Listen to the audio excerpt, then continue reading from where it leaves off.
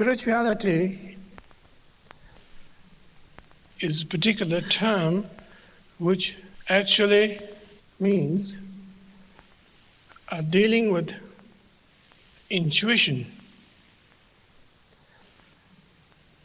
In the theistic tradition, there is a notion of clinging into a word. A certain act is regarded as displeasing to divine principles. A certain act is regarded as pleasing for the divine whatever. In the tradition of non-theism, however, it is very direct that the case history are not particularly important. What is actually important is here and now. Here and now.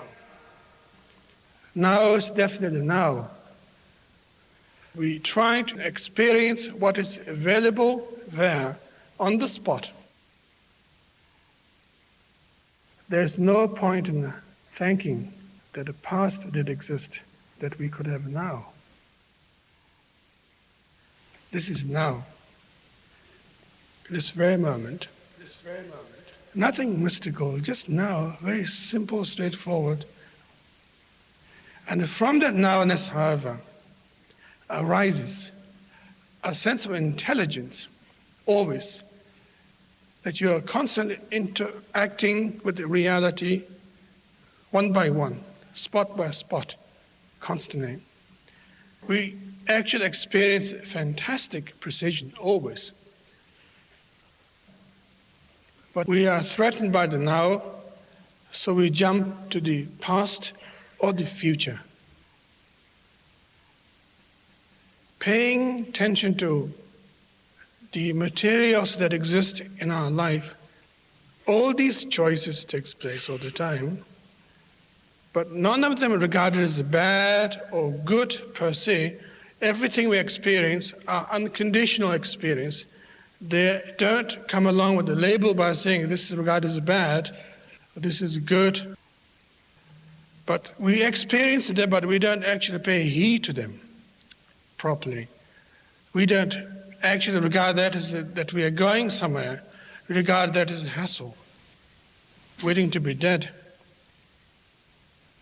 Waiting to be dead. Waiting to be dead. Waiting to be dead.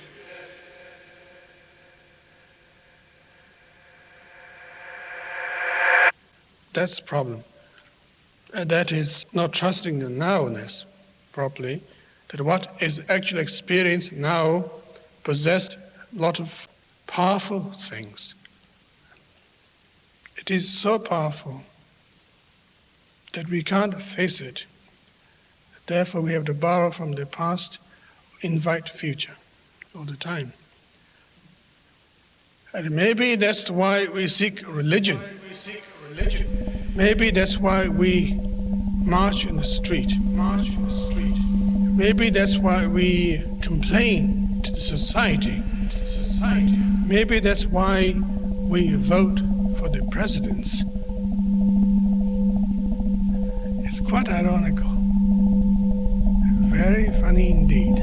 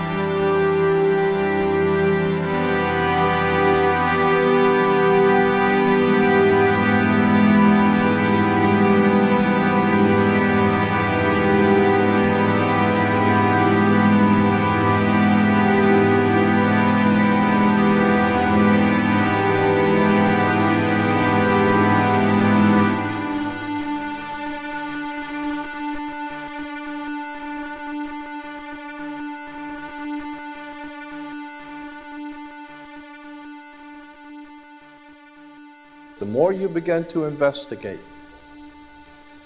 what we think we understand, where we came from, what we think we're doing, the more you begin to see we've been lied to. We've been lied to by every institution. What makes you think for 1 minute that the religious institution is the only one that's never been touched? The religious institutions of this world are at the bottom of the dirt. The religious institutions in this world are put there by the same people who gave you your government, your corrupt education, who set up your international banking cartels. We have been misled away from the true and divine presence in the universe that men have called God. I don't know what God is, but I know what He isn't. And unless and until you are prepared to look at the whole truth, and wherever it may go, whoever it may lead to, the more you educate yourself, the more you understand where things come from, the more obvious things become, and you begin to see lies everywhere. You have to know the truth and seek the truth, and the truth will set you free.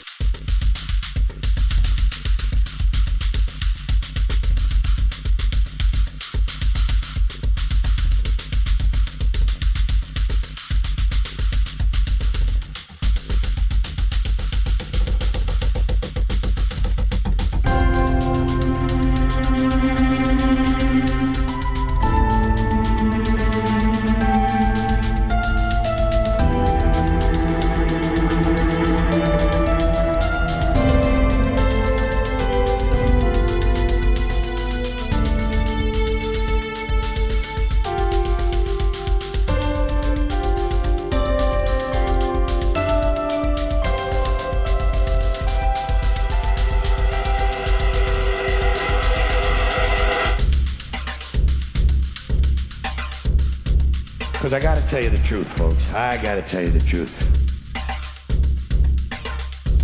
When it comes to bullshit, big time, major league bullshit, you have to stand in awe of the all-time champion of false promises and exaggerated claims, religion. Think about it. Religion has actually convinced people that there's an invisible man living in the sky who watches everything you do every minute of every day. And the invisible man has a special list of 10 things he does not want you to do.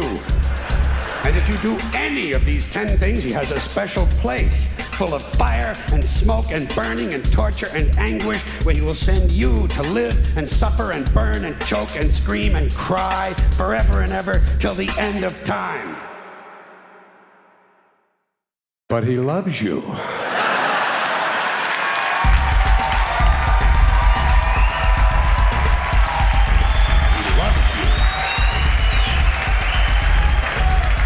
He loves you and he needs money. He always needs money. He's all powerful, all perfect, all knowing, and all wise. Somehow, just can't handle money. Religion takes in billions of dollars, they pay no taxes, and they always need a little more. Now, you talk about a good bullshit story. Holy shit.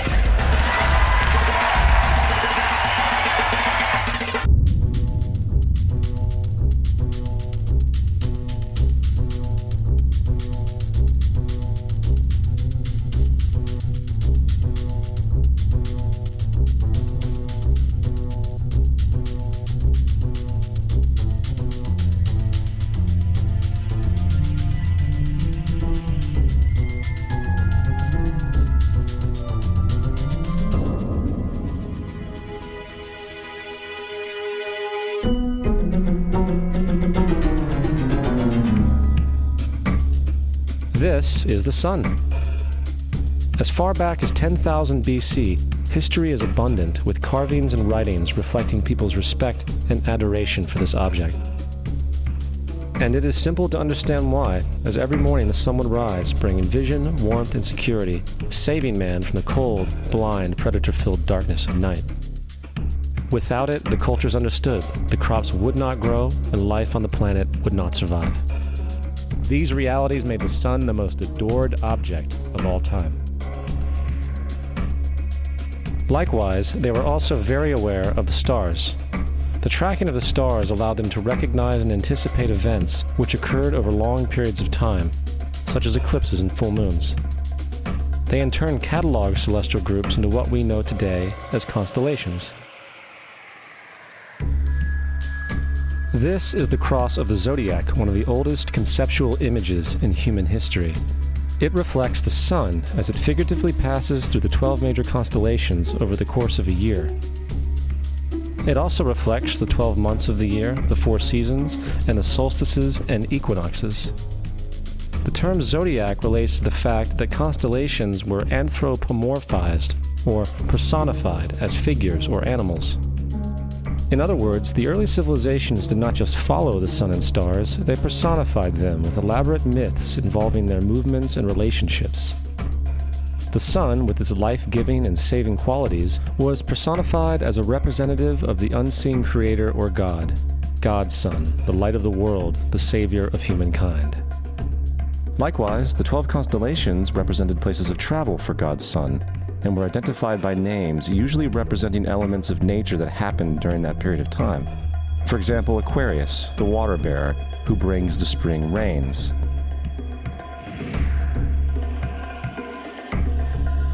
This is Horus. He is the sun god of Egypt of around 3000 BC. He is the sun anthropomorphized, and his life is a series of allegorical myths involving the sun's movement in the sky. From the ancient hieroglyphics in Egypt, we know much about this solar messiah.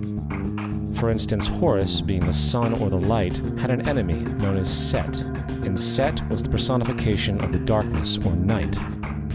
And, metaphorically speaking, every morning Horus would win the battle against Set, while in the evening Set would conquer Horus and send him into the underworld. It is important to note that dark versus light, or good versus evil, is one of the most ubiquitous mythological dualities ever known, and is still expressed on many levels to this day. Broadly speaking, the story of Horus is as follows. Horus was born on December 25th of the Virgin Isis Mary. His birth was accompanied by a star in the east, and upon his birth he was adored by 3 kings. At the age of 12, he was a prodigal child teacher, and at the age of 30, he was baptized by a figure known as Anup, and thus began his ministry. Horus had 12 disciples he traveled about with, performing miracles such as healing the sick and walking on water. Horus was known by many gestural names such as the Truth, the Light, God's Anointed Son, the Good Shepherd, the Lamb of God, and many others. After being betrayed by Typhon, Horus was crucified, buried for 3 days, and thus resurrected.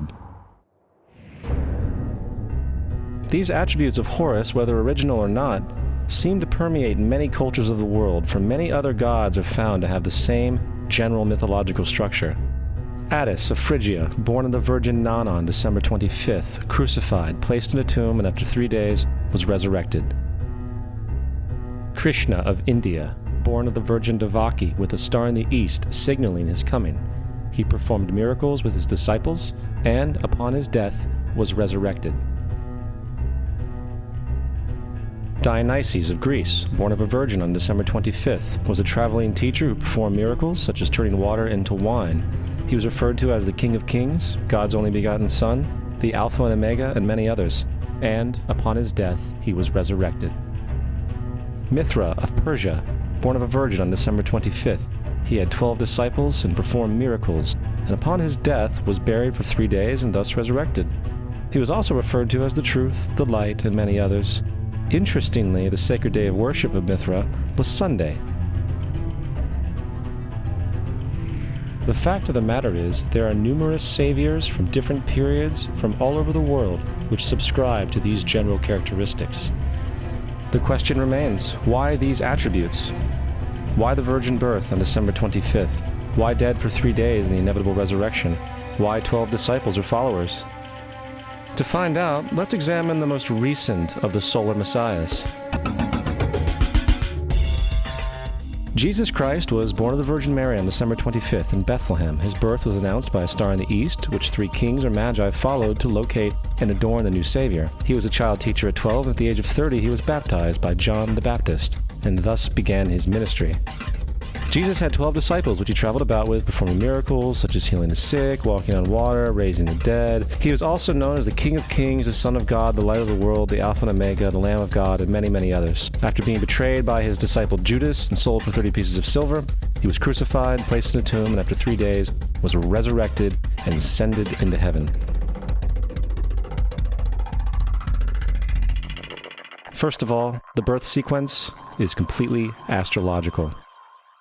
The star in the east is Sirius, the brightest star in the night sky, which, on December 24th, aligns with the 3 brightest stars in Orion's belt. These 3 bright stars in Orion's belt are called today what they were called in ancient times, the 3 kings. And the 3 kings and the brightest star, Sirius, all point to the place of the sunrise on December 25th. This is why the 3 kings follow the star in the east, in order to locate the sunrise, the birth of the sun.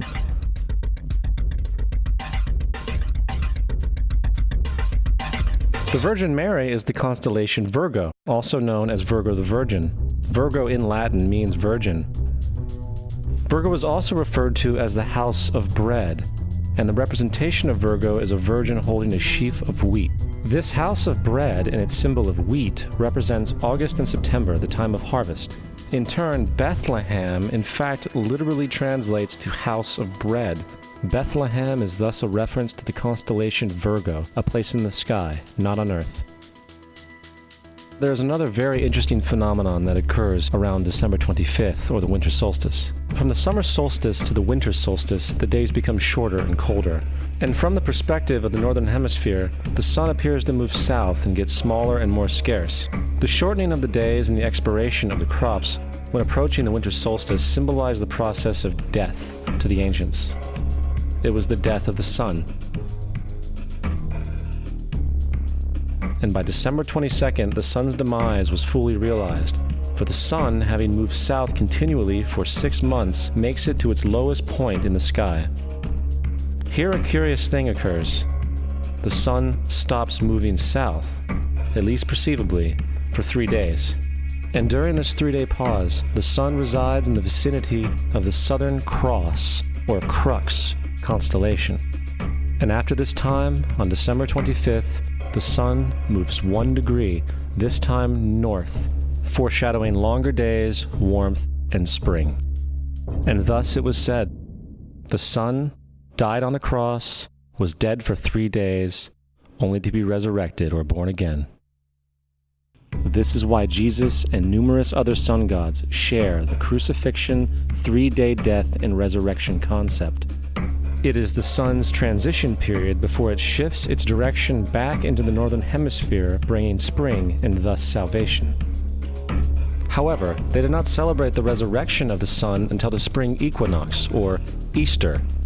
This is because at the spring equinox, the sun officially overpowers the evil darkness, as daytime thereafter becomes longer in duration than the night, and the revitalizing conditions of spring emerge. Now, probably the most obvious of all the astrological symbolism around Jesus regards the 12 disciples. They are simply the 12 constellations of the zodiac, which Jesus, being the sun, travels about with. In fact, the number 12 is replete throughout the Bible.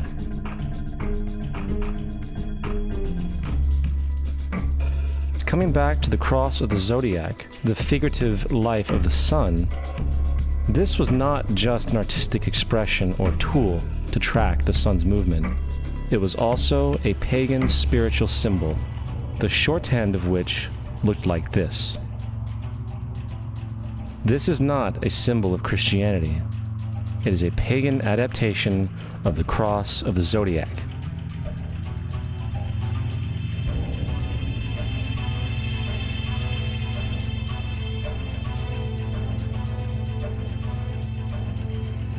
This is why Jesus in early occult art is always shown with his head on the cross, for Jesus is the Son of God, the light of the world, the risen Savior, who will come again, as it does every morning. The glory of God, who defends against the works of darkness, as he is born again every morning, and can be seen coming in the clouds, up in heaven, with his crown of thorns or sun rays.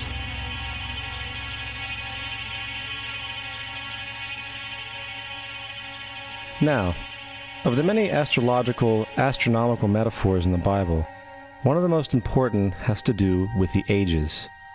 Throughout the scriptures, there are numerous references to the age. In order to understand this, we need to be familiar with a phenomenon known as the precession of the equinoxes. The ancient Egyptians, along with cultures long before them, recognized that approximately every 2150 years, the sunrise on the morning of the spring equinox would occur in a different sign of the zodiac.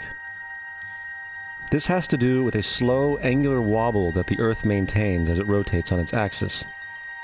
It is called a precession because the constellations go backwards rather than through the normal yearly cycle.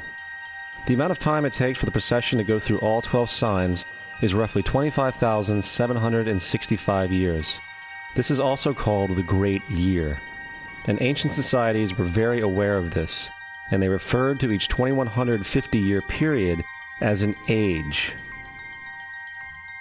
From 4300 BC to 2150 BC, it was the age of Taurus, the bull. From 2150 BC to 1 AD, it was the age of Aries, the ram. And from 1 AD to 2150 AD, it is the age of Pisces, the age we are still in to this day. And in and around 2150, we will enter the new age, the age of Aquarius. Now, the Bible reflects, broadly speaking, a symbolic movement through 3 ages while foreshadowing a 4th. In the Old Testament, when Moses comes down Mount Sinai with the 10 Commandments, he is very upset to see his people worshiping a golden bull calf. In fact, he shattered the stone tablets and instructed his people to kill each other in order to purify themselves. Most biblical scholars will attribute this anger to the fact that the Israelites were worshiping a false idol or something to that effect. The reality is, the golden bull is Taurus the bull, and Moses represents the new age of Aries the ram. This is why Jews even today still blow the ram's horn. Moses represents the new age of Aries, and upon the new age, everyone must shed the old age. Other deities mark these transitions as well, such as Mithra, a pre-Christian god who kills the bull in the same symbology. Now Jesus is the figure who ushers in the age following Aries, the age of Pisces, or the 2 fish. Fish symbolism is very abundant in the New Testament. Jesus feeds 5,000 people with bread and 2 fish. When he begins his ministry walking along Galilee, he befriends 2 fishermen who follow him. And I think we have all seen the Jesus fish on the back of people's cars. Little do they know what it actually means.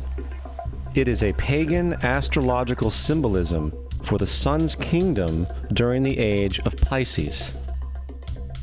Also, Jesus' assumed birth date is essentially the start of this age. At Luke 22:10, when Jesus is asked by his disciples where the last Passover would be, Jesus replies, "Behold, when ye are entered into the city, there shall a man meet you, bearing a pitcher of water. Follow him into the house where he entereth in." This scripture is by far one of the most revealing of all the astrological references. The man bearing the pitcher of water is Aquarius, the water bearer, who is always pictured as a man pouring out a pitcher of water. He represents the age after Pisces, and when the sun, God's Son, leaves the age of Pisces, Jesus, it will go into the house of Aquarius, as Aquarius follows Pisces in the precession of the equinoxes. All Jesus is saying is that after the age of Pisces will come the age of Aquarius.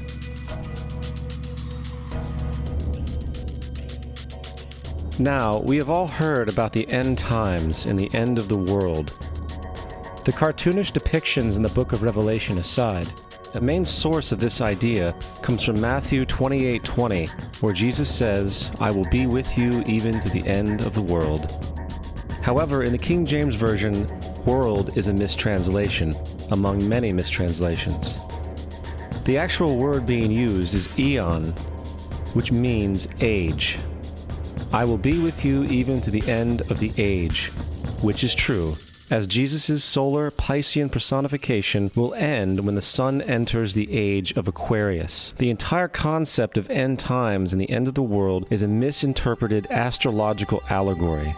Let's tell that to the approximately 100 million people in America who believe the end of the world is coming.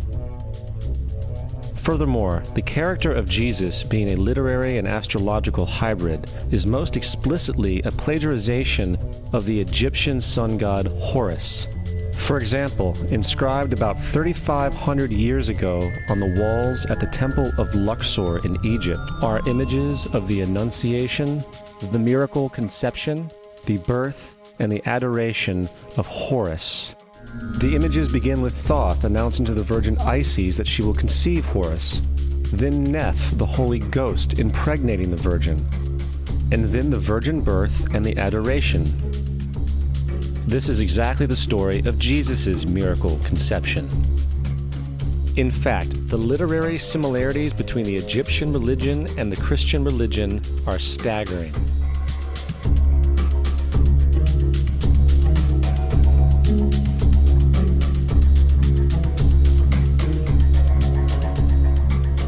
And the plagiarism is continuous.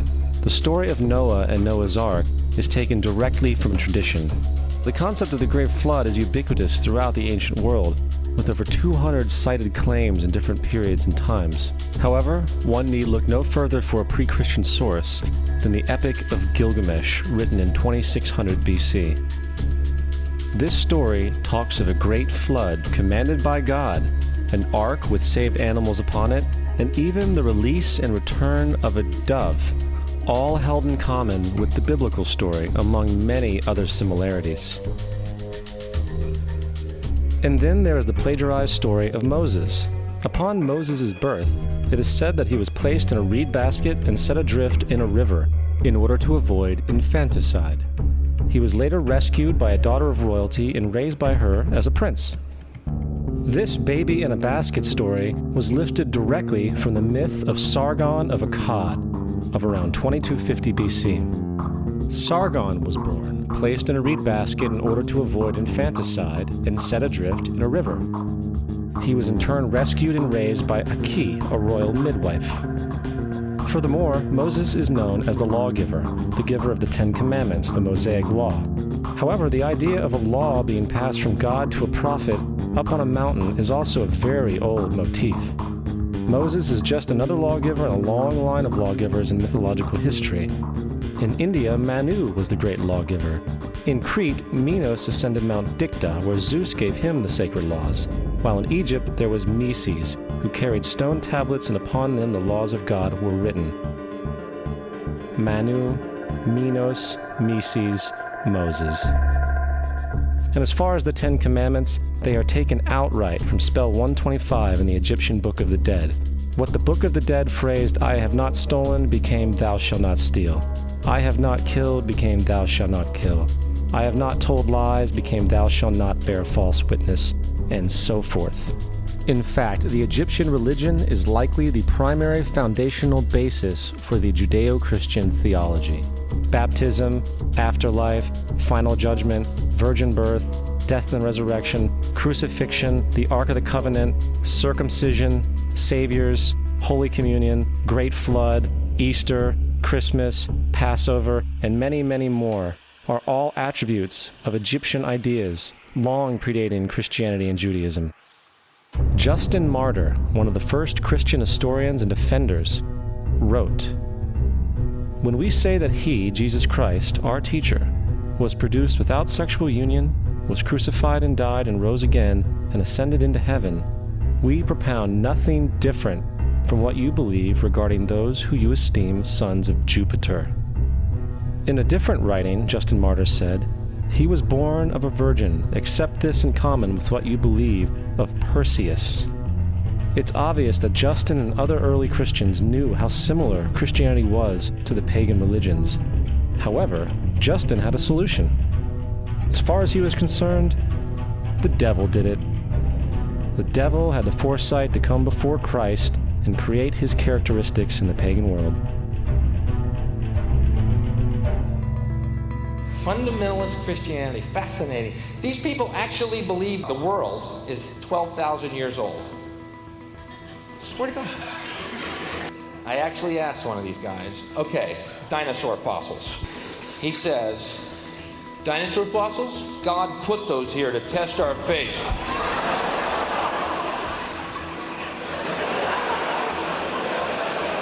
I think God put you here to test my faith, dude.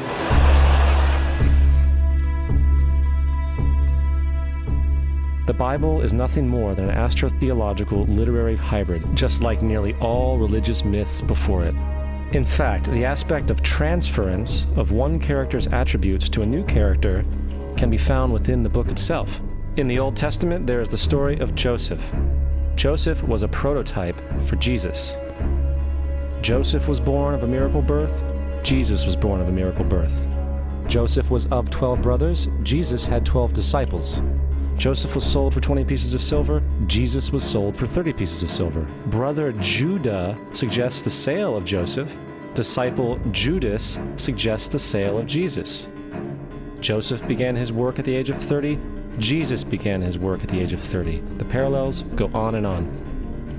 Furthermore, is there any non-biblical historical evidence of any person living with the name Jesus, the son of Mary, who traveled about with 12 followers, healing people and the like? There are numerous historians who lived in and around the Mediterranean, either during or soon after the assumed life of Jesus. How many of these historians document this figure? Not one. However, to be fair, that doesn't mean defenders of the historical Jesus haven't claimed the contrary. 4 historians are typically referenced to justify Jesus' existence. Pliny the Younger, Suetonius, and Tacitus are the first 3. Each one of their entries consists of only a few sentences at best, and only refer to Christus or the Christ, which in fact is not a name but a title. It means the Anointed One. The 4th source is Josephus, and this source has been proven to be a forgery for hundreds of years. Sadly, it is still cited as truth.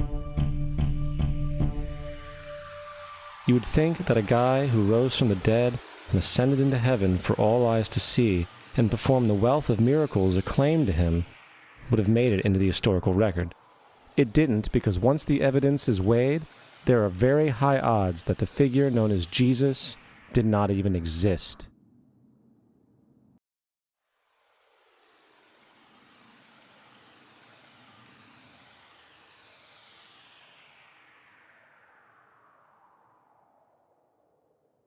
We don't want to be unkind, but we want to be factual.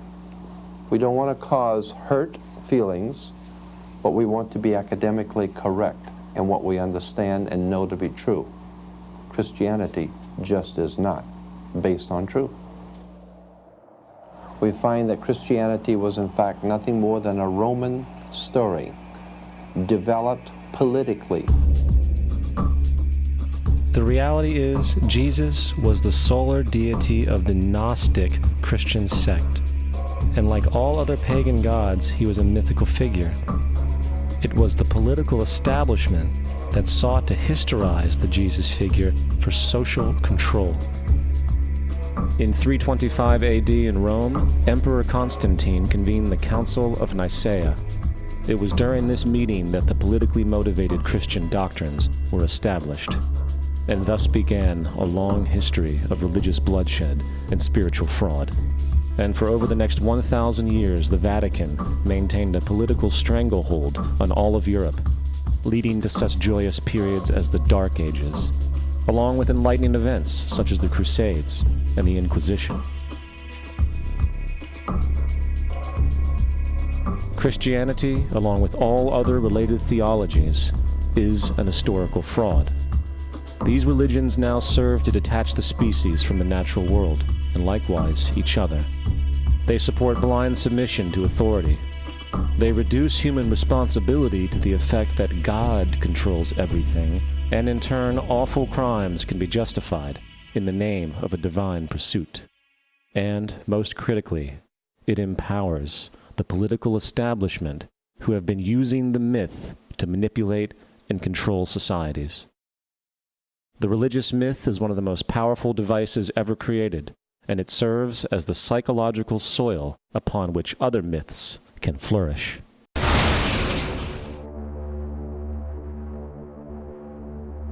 A myth is an idea that, while widely believed, is false. In a deeper sense, in the religious sense, a myth serves as an orienting and mobilizing story for a people. The focus is not on the story's relation to reality, but on its function. A story cannot function unless it is believed to be true in the community or the nation. It is not a matter of debate.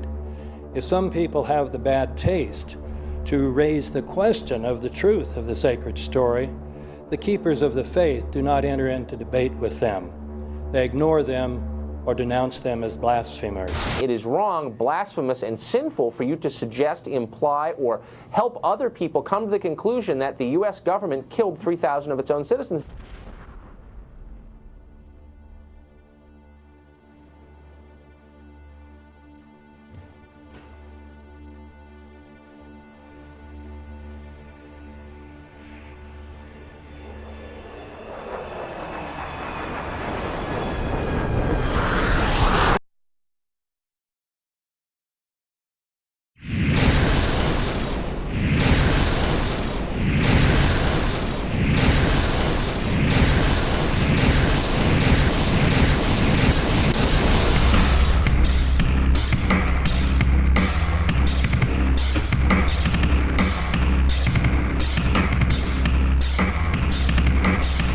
As if a demolition team set off when you see the old demolitions of these old buildings. It looks like one of those scenes of an old building being purposely dynamited and blown up. Anybody who's ever watched a building being demolished on purpose knows that if you're going to do this, you have to get at the under-infrastructure of a building and bring it down.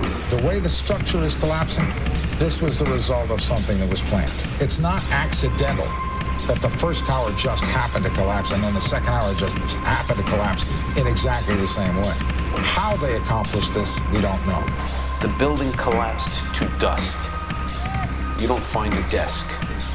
You don't find a chair. You don't find a telephone, a computer. The biggest piece of a telephone I found was half of the keypad, and it was about this big. What happened to the concrete? The concrete was pulverized from river to river. There was dust powder 2-3 inches thick. The concrete was just pulverized.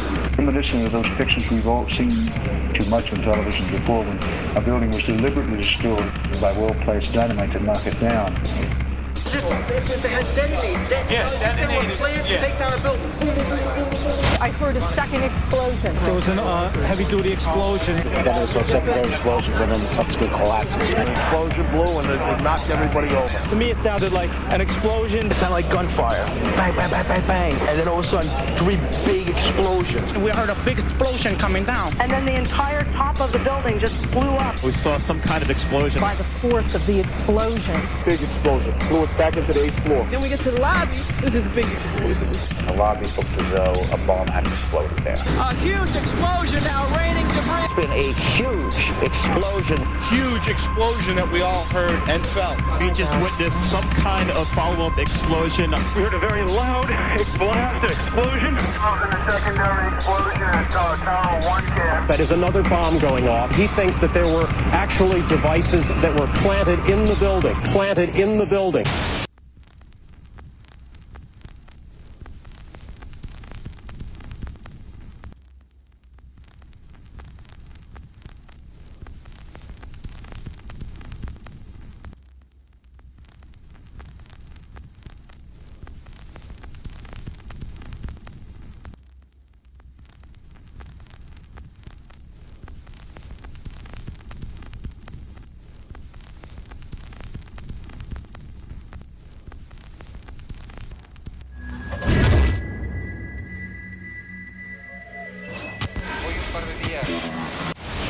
I don't think anybody could have predicted that they would try to use an airplane as a missile, a hijacked airplane as a missile. Nobody in our government, at least, and I don't think the prior government that could envision flying airplanes into buildings.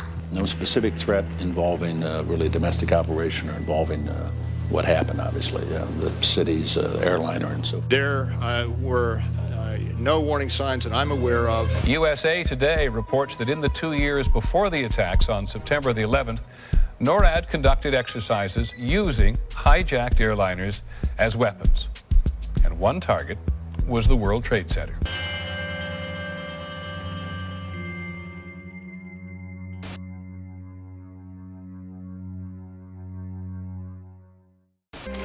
In confidential documents from the Philippines obtained by CNN, the plan was clear. He will board any American commercial aircraft, control its cockpit, and dive it at the CIA headquarters. Other buildings targeted the Pentagon and the World Trade Center. The Federal Aviation Administration received 52 warnings about Al-Qaeda in the 6 months before 9/11 and did not apparently heed them. The Pentagon reportedly does not want the public to hear next week's Senate testimony about the former secret intelligence unit known as Able Danger. And it identified Mohammed Atta and 3 other 9/11 terrorists as members of an al-Qaeda cell in Brooklyn, New York, more than a year before the attacks. And we found 2 of the 3 cells which conducted the 9/11 attacks. Lieutenant Colonel Tony Schaefer, who was the first member of Able Danger to go public, has now been told in writing by the Defense Intelligence Agency that he can't speak to members of Congress or their staff without prior approval. This is an attempt to prevent the American people from knowing the facts about how we could have prevented 9/11, and people are covering it up today. Security in counterterrorism was blinking red, in the words of George Tenet, that the warnings of an imminent attack were so severe that something dramatic should have been done. It was unparalleled. Instead, our president went on a month-long vacation.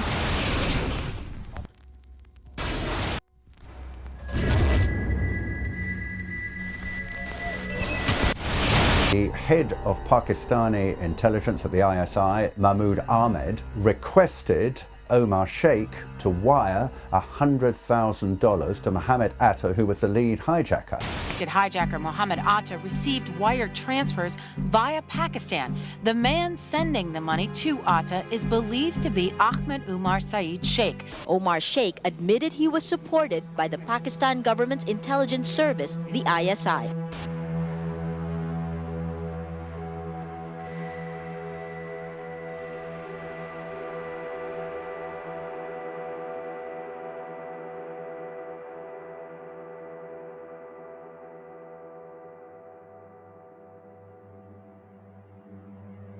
As hard as this is to believe that 2 of the alleged terrorists involved in what happened on Tuesday may have attended schools run by the U.S. military. Evidence was also apparently planted. The passport of one of the hijackers on Flight 11 was allegedly found in the rubble. The hijacker's passport was found blocks from the World Trade Center crash site, if you can believe that. The 9/11 hijackers are alive and well. That's according to the chief of Japan's Democratic Party, who says 9/11 is a hoax. Several of these 19 men are still alive.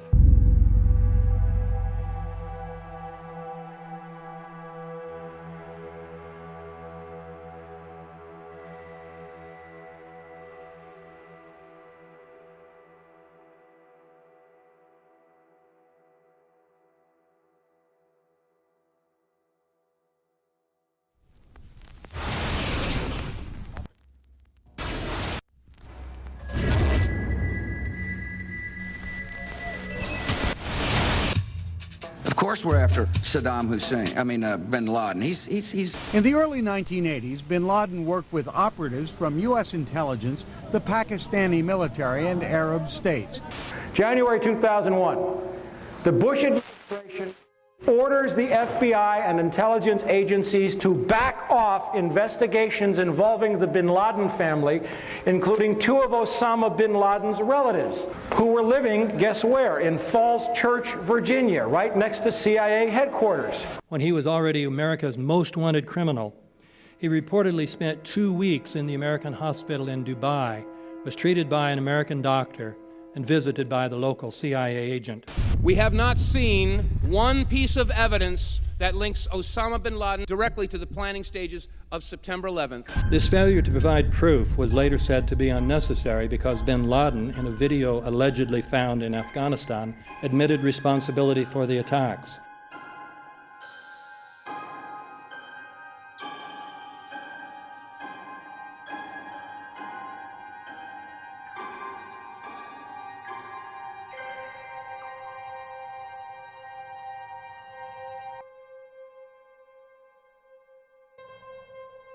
In 1976, Osama's older brother Salim bin Laden hired a man in Texas by the name of Jim Bath to handle all the investments in the United States for the bin Laden family. Jim Bath also happens to be a personal, almost lifelong friend and former Air National Guard pilot with George W. Bush. The connections between the Bushes and the bin Ladens become much more clear when George Herbert Walker Bush made trips to Saudi Arabia in 1998 and 2000 to meet with the bin Laden family on behalf of a company called the Carlyle Group.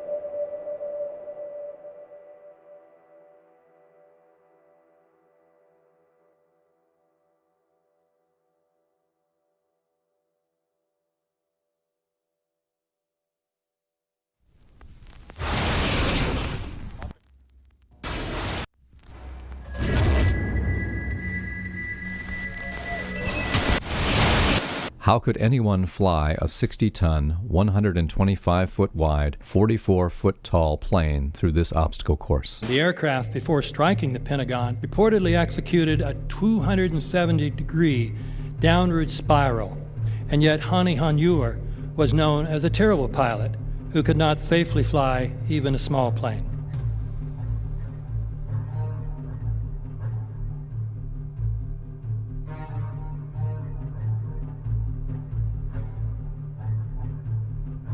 No seats, no luggage, no bodies. Nothing but bricks and limestone. The official explanation is that the intense heat from the jet fuel vaporized the entire plane. Flight 77 had 2 Rolls-Royce engines made of steel and titanium alloy and weigh 6 tons each. It is scientifically impossible, but 12 tons of steel and titanium was vaporized by jet fuel. We're also told that the bodies were able to be identified either by their fingerprints or by the DNA. So what kind of fire can vaporize aluminum and tempered steel and yet leave human bodies intact? From my close-up inspection, there's no evidence of a plane having crashed anywhere near the Pentagon. And as I said, the only pieces left that you can see are small enough that you could pick up in your hand. Shortly after the strike, government agents picked up debris and carried it off. The entire lawn was covered with dirt and gravel, so that any remaining forensic evidence was literally covered up. The videos from security cameras, which would show what really hit the Pentagon, were immediately confiscated by agents of the FBI, and the Department of Justice has to this day refused to release them. If these videos would prove that the Pentagon was really hit by a 757, most of us would assume the government would release them.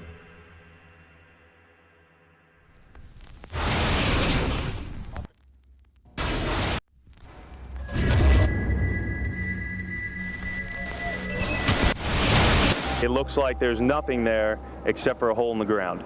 Basically, that's right. The only thing you could see from where we were was a big gouge in the earth and some broken trees.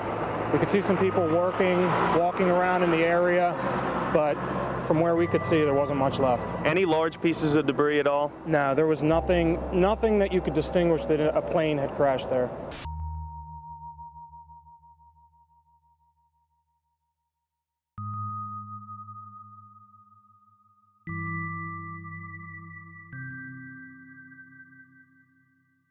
The FBI and the state police here have confirmed that they have cordoned off a second area about 6 to 8 miles away from the crater here. This is apparently another debris site. Why would debris be located 6 miles away? Could it have blown that far away? Seems highly unlikely.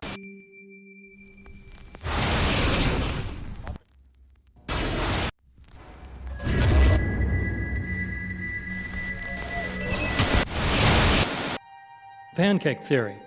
according to which the fires, while not melting the steel, heated it up sufficiently to cause the floors weakened by the airplane strikes to break loose from the steel columns, and this started a chain reaction. So you would expect then from that theory, which is the official theory, to see a whole stack of floors piled up on top of each other and then a spindle of core columns standing too. The core of each of the twin towers consisted of 47 massive steel columns. If the floors had broken loose from them, these columns would have still been sticking up into the air 1,000 feet. The plane did not cut all those core columns. We designed the buildings to take the impact of the Boeing 707 hitting the building at any location. The building probably could sustain multiple impacts of jetliners. That the plane flew straight into the building? Through him, right. Yeah. So you're saying that the building was actually designed to cope with a hole like that and still survive? Yeah, it was. If you had dropped, say, a billiard ball from the top of the World Trade Center, 110 floors up there, it would have taken 8 to 10 seconds to hit the ground, encountering no resistance whatsoever. The Twin Towers came down in nearly free fall speed. 200,000 tons of steel shatters and explodes outwards over 500 feet. This means that floors shattered at an average rate of about 10 floors per second. There is no scenario for a pancake effect of buildings falling that allows them to fall at the rate of free fall. Now what can do that? What can move mass out of the way? Explosives.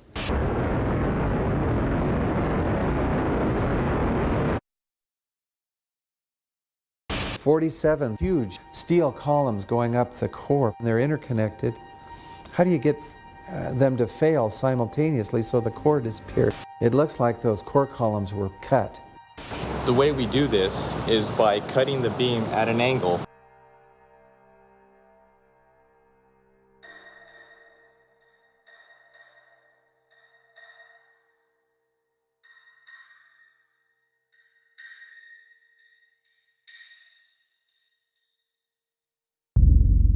I started looking at the molten metal. All three buildings, both towers in the rubble, in the basement areas, and Building 7, there's these pools of molten metal.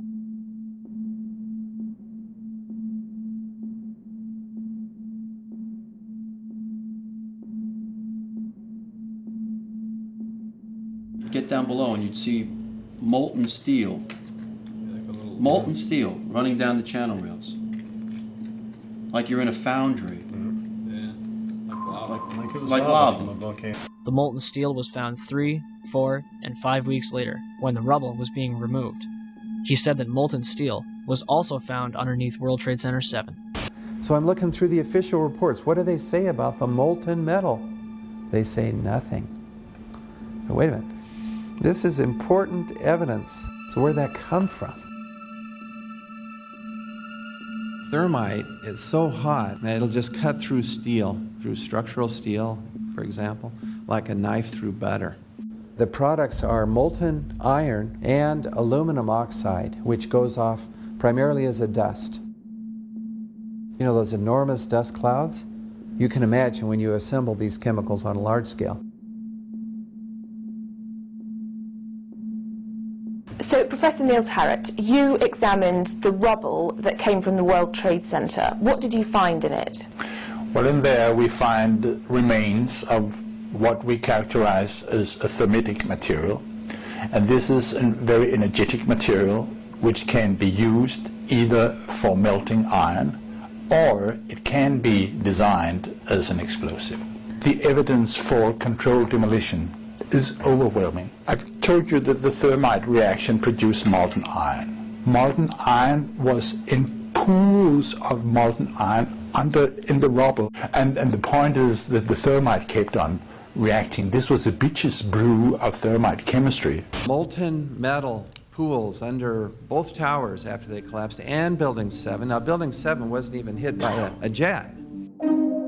Part of the problem is that most people simply don't know much about Building 7 due to the extraordinary secrecy surrounding this collapse. And this was a 47-story skyscraper. This building fell at 5:25. It was not hit by a plane. This building had fires on only 2 or 3 floors. And it was brought down by what we know was a controlled demolition. Demolitions, they look just like that. You know, a kink in the middle, and then that building just comes straight down, almost at free fall speed.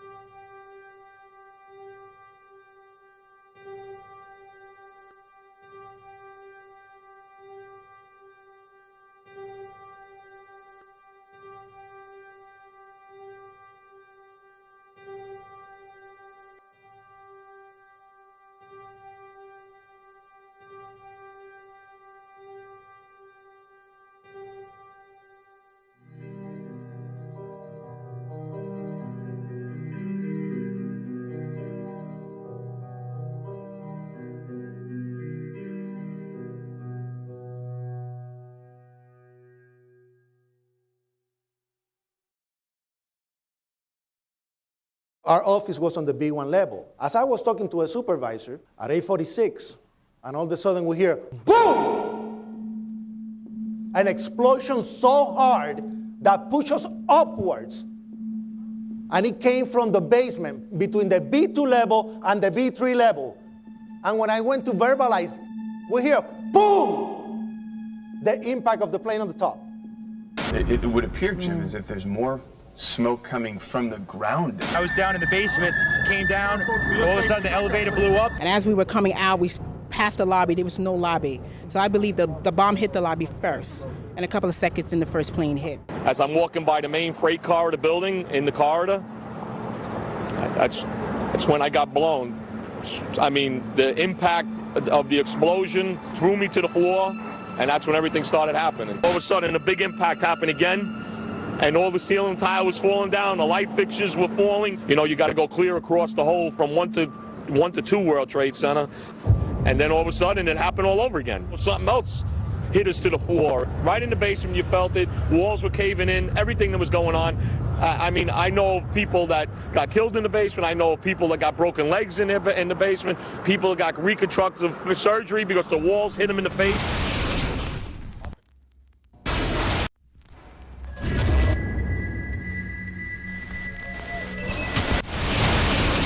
According to standard operating procedure, if an FAA flight controller notices anything that suggests a possible hijacking, the controller is to contact a superior. If the problem cannot be fixed within about a minute, the superior is to ask NORAD, the North American Aerospace Command, to send up or scramble jet fighters to find out what is going on. NORAD then issues the scramble order to the nearest Air Force base with fighters on alert. But although interceptions usually occur within 10 or so minutes, in this case, 80 or so minutes had elapsed before fighters were even airborne. It's a mind-bending anomaly. Not a single U.S. Air Force interceptor turns a wheel until it's too late. There are no jets at all. What if they were so confused and had been so deliberately confused that they couldn't respond? The reason that they didn't know where to go was because a number of conflicting and overlapping war game exercises were taking place. It involved the insertion of false radar blips onto radar screens in the Northeast Air Defense Sector. Center Team U, we have a problem here. We have a hijacked aircraft headed towards New York. We need someone to scramble some F-16s or something up there to help us out. Is this real world or exercise? Is this real world or exercise? There was another exercise, Vigilant Warrior, which was, in fact, according to a NORAD source, a live-fly hijack drill being conducted at the same time. With only 8 available fighter aircraft, and they have to be dispatched in pairs, they were dealing with as many as 22 possible hijacks on the day of 9/11, and they couldn't separate the war game exercises from the actual hijacks.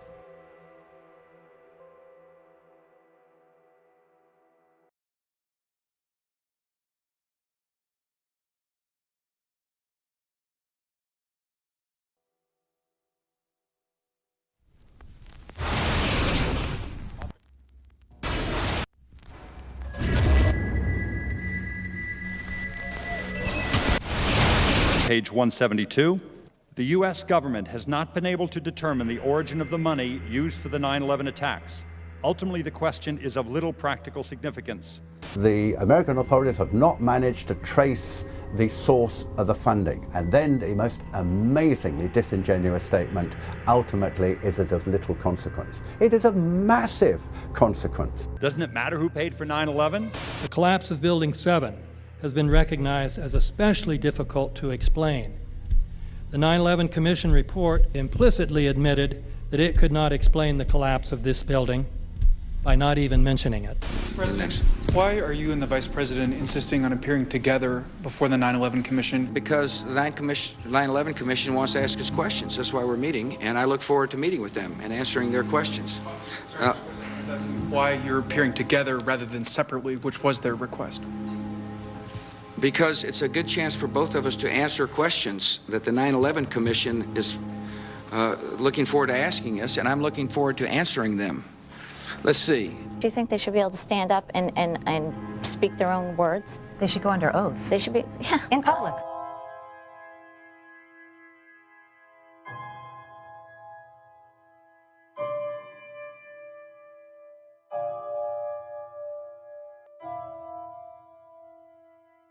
Don't you think that the families deserve to have a transcript or to be able to see what Adam, you you said? asked me that question yesterday. For an I answer got the today. same answer, yeah. The final report was a unanimous report. That means that if there was a single commissioner who had any objection about anything, that fact would be dropped from the report. We have found out that he not only served on the transition team of the Bush administration, that he was a person who wrote a draft memo for the setup of the Bush administration's National Security Council, that he was an individual who wrote the preemptive war strategy that was eventually used for the war in Iraq, that he is a close friend of Condoleezza Rice's. We want him to resign. There is literally nothing in the 9/11 report that the Bush administration did not approve of. We can understand, therefore, why the Commission, under Zelikow's leadership, would have ignored all the evidence that would point to the truth, that 9/11 was a false flag operation intended to authorize the doctrines and funds needed for a new level of imperial mobilization.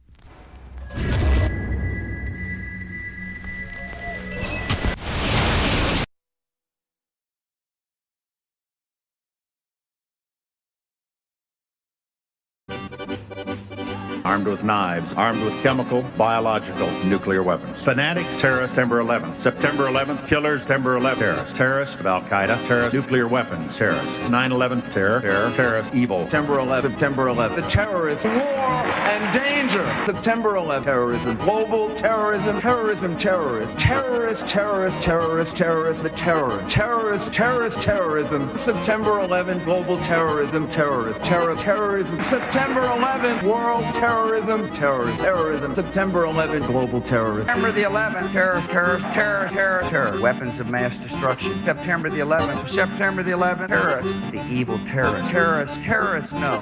Terrorism. The words are hypnotically repeated. Terrorism, terrorist, terrorist threat, and of course, believed to be linked to Al-Qaeda.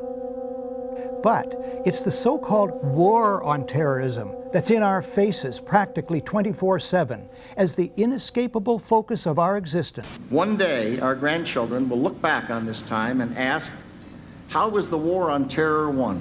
The entire U.S. ruling class, ruling elite, comes to see terrorism as the preferred means, indeed the only means, to provide social cohesion, to provide an enemy image for the society to keep it together. According to neocon theory from Carl Schmitt, you have to have an enemy image in order to have a society. It's a very dangerous thing because now it means that the entire social order, the political parties, intellectual life, politics in general, all based on a monstrous myth.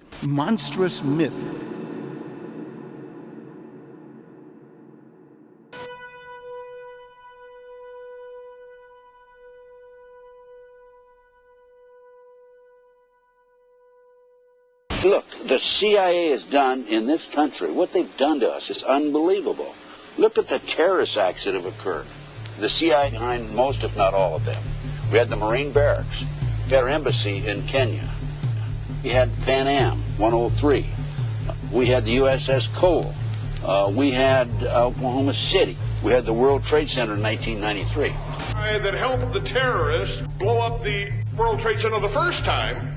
They built the bomb. They got the driver's license.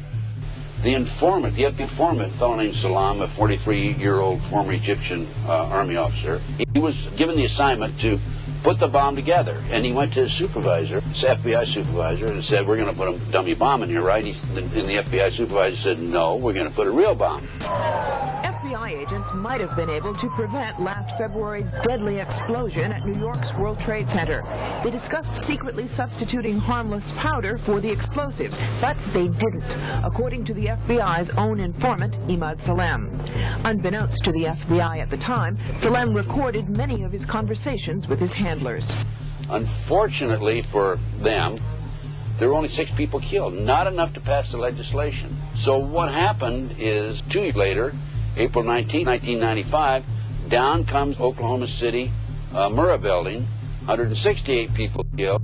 1 year later, the anti-terrorism legislation that takes away many of our constitutional rights and civil liberties is passed.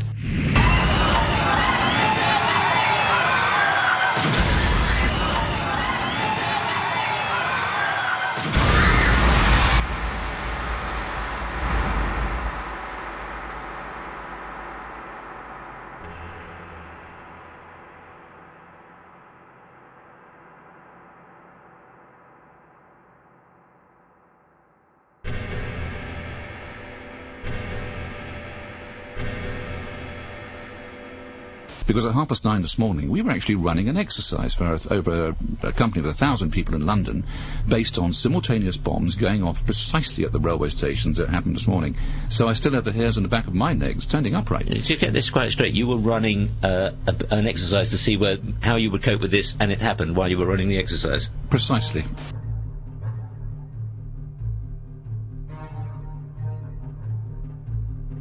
Supposed to believe is some kind of coincidence, there was also an anti-terrorist drill going on 7/7.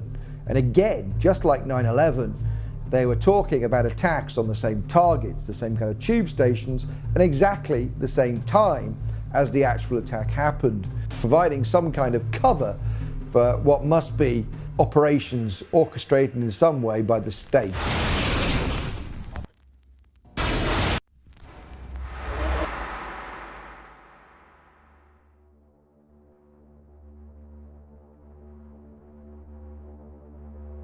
I am absolutely appalled at how much people in this country do not think.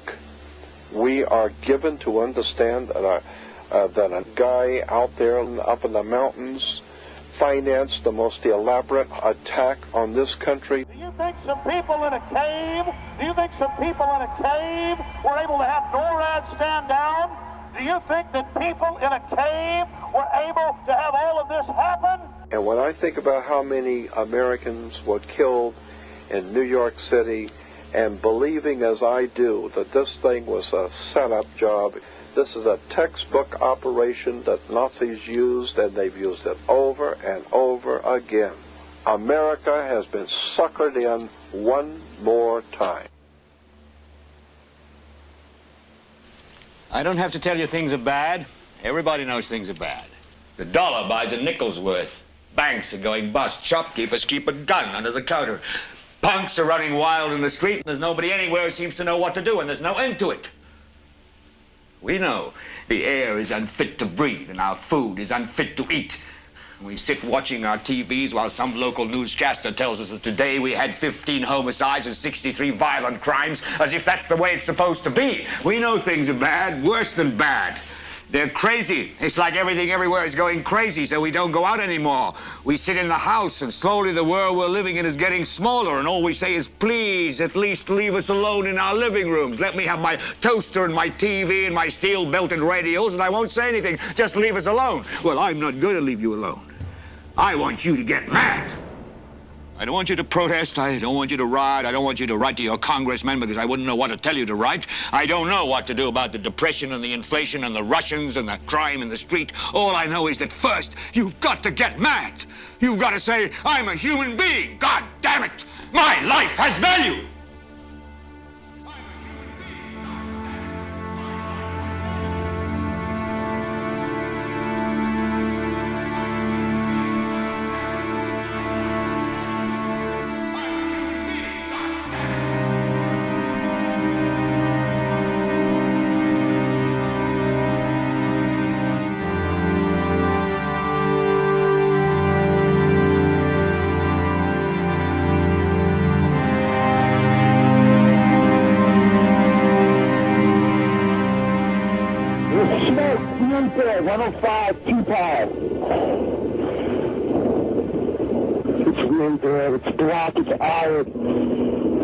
My wife thinks I'm all right. I called her and said I was leaving the building. I was fine, and I'm banged.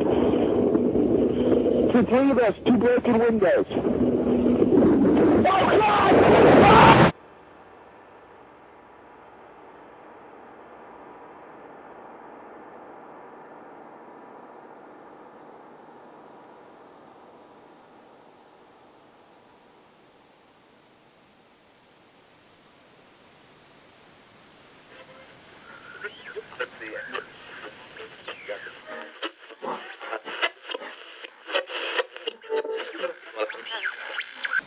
When hostilities commenced in Europe in 1939, it was realized that the American people had no intention of entering the war.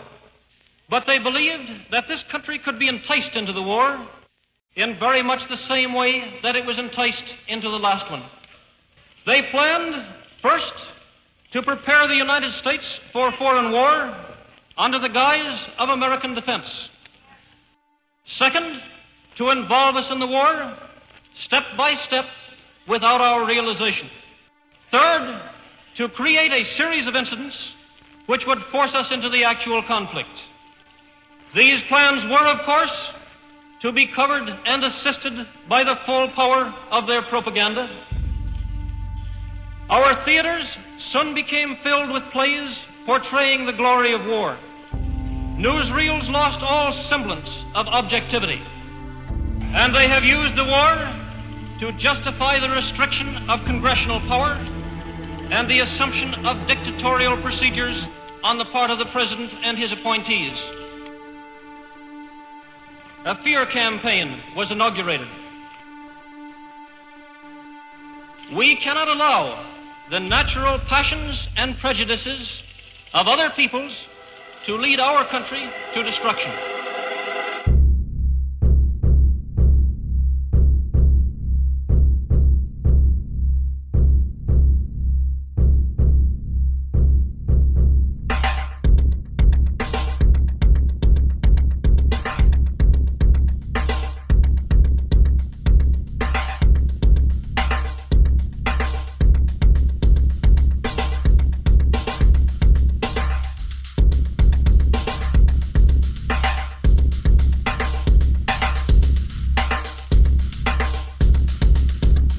(1775). The American Revolutionary War began as the American colonies sought to detach from England and its oppressive monarchy. Though many reasons are cited for the revolution, one in particular sticks out as a prime cause: that King George III of England outlawed the interest-free, independent currency the colonies were producing themselves, in turn forcing them to borrow money from the Central Bank of England, immediately creating economic hardship and despair. In the words of Peter Cooper, former vice president of the New York Board of Currency, after Franklin had explained to the British government as the real cause of prosperity, they immediately passed laws forbidding the payment of taxes in that money. This produced such great inconvenience and misery to the people that it was the principal cause of the Revolution. In 1783, America won its independence from England. However, its battle against the central bank concept and the corrupt, power-hungry mentality associated with it had just begun. So what is a central bank? A central bank is an institution that issues and regulates the currency of an entire nation. Based on historical precedent, the typical powers inherent in central banking practice include the control of interest rates and the expansion and contraction of the money supply itself. Now, the central bank does not simply issue money to the government, it loans it to them with interest. Then, through the mechanisms of increasing and decreasing the supply of money, the central bank essentially regulates the value of the currency issued. It is critical to understand that the entire structure of this system can only produce one thing in the long run: debt. It doesn't take a lot of ingenuity to figure this scam out, for nearly every single dollar produced by both the central bank and its regulated commercial banks is loaned at interest. That means every dollar produced is actually the dollar plus a certain percentage of debt based on that dollar. And since the banking system has the monopoly of the production of the currency, and they loan each dollar out with an immediate debt attached to it, where does the money to pay for the debt come from? It can only come from the banks again, which means the banking system has to perpetually increase its money supply to temporarily cover the outstanding debt created, which in turn, since that new money is loaned out at interest as well, creates even more debt. The end result of this system is essentially slavery, for it is technically impossible for a government, and thus the public, to ever come out of the self-generating debt.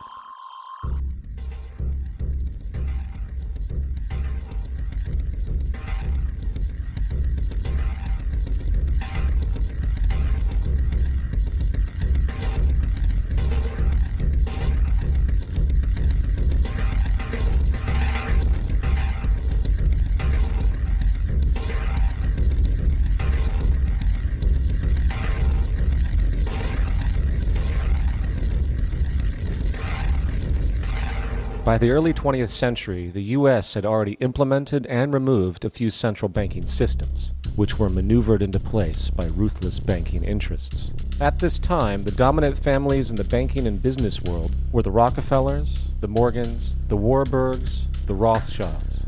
And in the early 1900s, they sought to push, once again, legislation to create another central bank.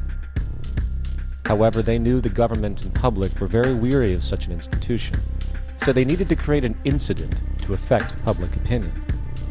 So, J.P. Morgan, publicly considered a financial luminary at the time, exploited his mass influence by reportedly creating rumors that prominent banks in New York were insolvent or bankrupt. Morgan knew this would trigger mass hysteria and a systemic crisis. And it did. The public, in fear of losing their deposits, immediately began mass withdrawals. Consequently, the banks were forced to call in their loans, causing the recipients to sell their property, and thus a spiral of bankruptcies, repossessions, and turmoil emerged. Putting the pieces together years later, Congressman Charles Lindbergh wrote, "The King bankers put in motion in 1907 a great scheme. They had gambled and speculated on Wall Street until so many watered stocks and bonds had been manufactured. The King bankers knew the condition and informed the favored of their friends what was to come. There was to be a panic in the fall of 1907 that would be advertised as the result of our bad banking and currency laws."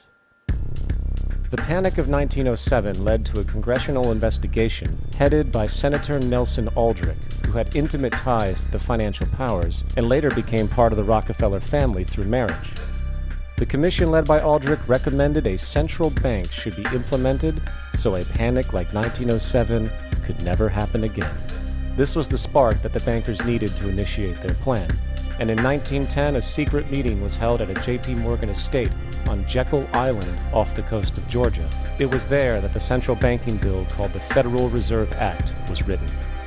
This legislation was written by bankers, not lawmakers. This meeting was so secretive, so concealed from government and public knowledge, that most of the figures who attended disguised their names when en route to the island. After this bill was constructed, it was then handed over to their political frontman, Senator Nelson Aldrich, to push through Congress. And in 1913, with heavy political sponsorship by the bankers, Woodrow Wilson became president, having already agreed to sign the Federal Reserve Act in exchange for campaign support. And a few days before Christmas, when much of Congress was at home with their families, the Federal Reserve Act was voted in, and Wilson in turn made it law. The night before its passage, Congressman Charles Lindbergh pleaded, "This act establishes the most gigantic trust on earth. When the president signs this act, the invisible government by the money power will be legalized." Now, the public was told that the Federal Reserve System was an economic stabilizer, and inflation and economic crises were a thing of the past. Well, as history has shown, nothing was further from the truth. The fact is, the bankers now had a streamlined machine for economic manipulation. It's alive! It's alive! It's alive! For example, from 1914 to 1919, the Fed substantially increased the money supply, resulting in extensive loans to small banks and the public. Then, in 1920, the Fed deliberately contracted credit in an extreme way, thus resulting in banks having to call in large numbers of loans, and, just like 1907, bank runs, bankruptcy, and systemic collapse occurred. Numerous competitive banks outside of the Federal Reserve System collapsed, further consolidating the monopoly of the money trust cartel. Privy to this scheme, Congressman Charles Lindbergh pronounced, "Under the Federal Reserve Act, panics are scientifically created. The present panic is the first scientifically created one, worked out as we figure a mathematical equation." However, the Panic of 1920 was just a warm-up. From 1921 to 1929, the Fed again increased the money supply, resulting once again in extensive loans to the public and banks. There was also a fairly new type of loan in the stock market, the broker call loan. Very simply, this loan allowed an investor to put down only a fraction of the stock's value, with the rest being loaned from the broker. This method was very popular in the roaring 1920s, as everyone seemed to be making money in the market. However, there was a catch to this loan. It could be called in at any time and had to be paid within 24 hours. And the typical result was the selling of the stock purchased with that loan. So, a few months before October in 1929, J.D. Rockefeller, Bernard Baruch, and other insiders quietly exited the market, knowing the bubble created was about to burst. And on October 24, 1929, the financiers who furnished the call loans started calling them in masse. This sparked an instantaneous massive sell-off in the already inflated market, as sell orders and margin calls were systemically triggered. That then led to mass bank runs, eventually collapsing thousands of banks, enabling the large banks to buy up the now failed ones at a discount. But it didn't stop there. Rather than expanding the money supply in order to recover from this economic collapse, the Fed actually contracted it, fueling one of the largest depressions in American history. Outraged, Congressman Louis McFadden, then chairman of the House Banking Committee, filed petition for impeachment against the Federal Reserve Board, stating, "Mr. Chairman, we have in this country one of the most corrupt institutions the world has ever known. I refer to the Federal Reserve Board and the Federal Reserve Banks. This evil institution has impoverished and ruined the people of the United States and has practically bankrupted our government. It has done this through the defects of the law under which it operates, through the maladministration of that law by the Federal Reserve Board, and through the corrupt practices of the moneyed vultures who control it." Now, having reduced the society to squalor, it was then decided that the gold standard should be removed. In order to do this, they needed to acquire the remaining gold in the system. So, under the pretense of helping to end the Depression, came the 1933 gold seizure. Under the threat of imprisonment for 10 years, everyone in America was required to turn in all gold bullion to the Treasury, essentially robbing the public of what little real wealth they had left. And at the end of 1933, the gold standard was abolished. If you look at a dollar bill before 1933, it says it is redeemable in gold. You look at the dollar bill today, it says it is legal tender, which means it is backed by absolutely nothing. The only thing that gives our money value is the public faith and how much of it is in circulation. Therefore, the power to regulate the money supply is also the power to regulate its value, which is also the power to manipulate and control entire economies.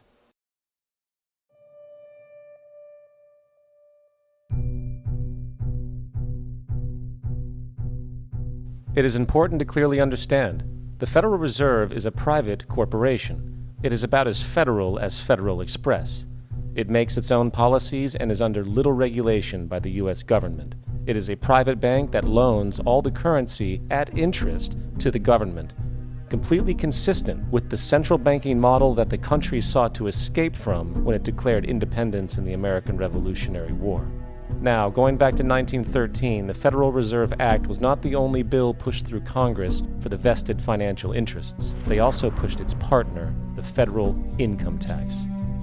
First of all, the federal income tax is completely unconstitutional, as it is a direct, unapportioned tax, and the required number of states needed in order to ratify the amendment to allow the income tax was never legally met, and this has even been cited in modern court cases.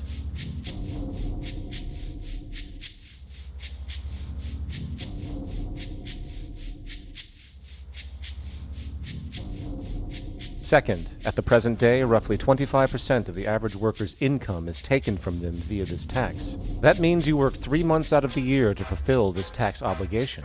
And where does that money go? Well, according to the Grace Commission report of the 1980s, 100% of what is collected is absorbed solely by interest on the federal debt and by federal government contributions to transfer payments. In other words, all individual income tax revenues are gone before 1 nickel is spent on the services which taxpayers expect from their government.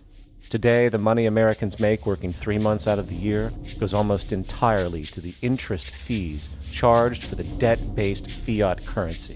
The fact is, the federal income tax exists to feed the Federal Reserve federal government money machine, making sure the interest payments are always there. And third, even with the government claim as to the legality of the income tax, there is evidently no clear statute, no law in existence that requires you to pay this tax. I really expected that, of course, there's a law that you can point to in the law book, the code, that requires you to file a tax return. Of course there is. I was at that point where I couldn't find the statute that clearly made a person liable, at least not me and most people I know.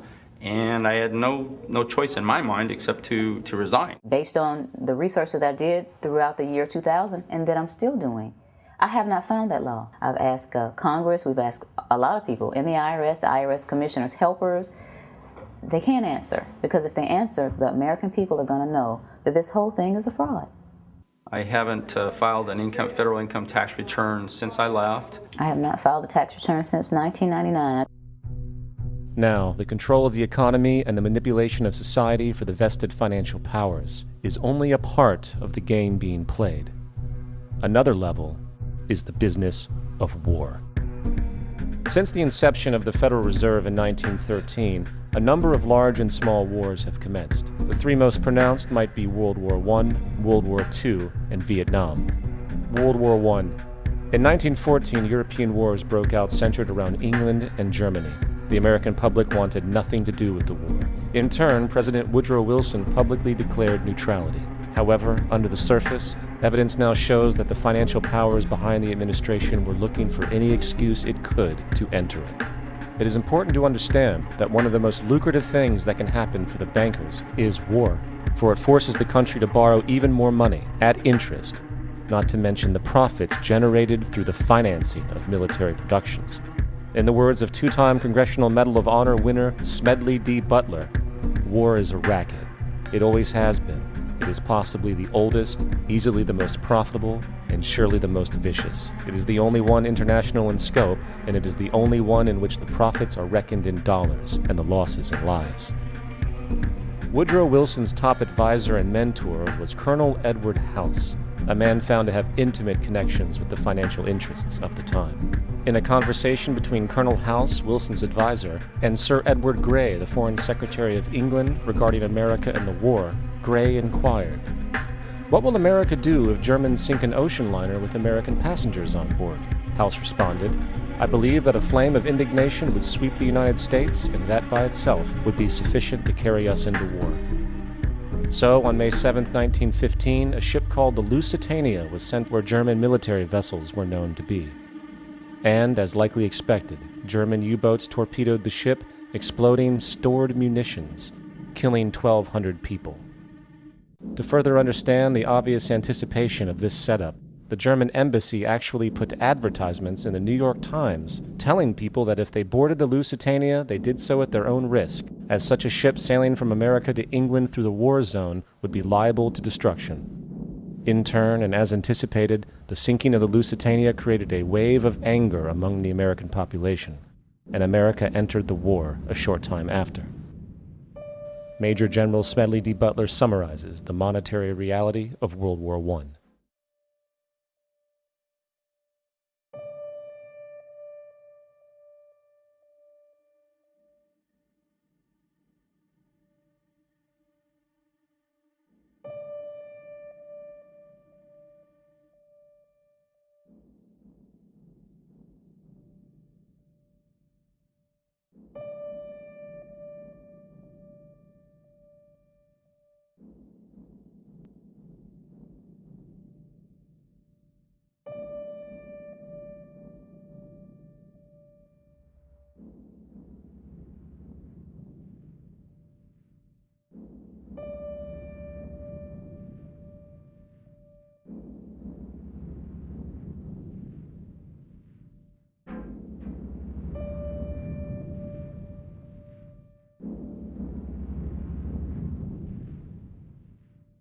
World War II.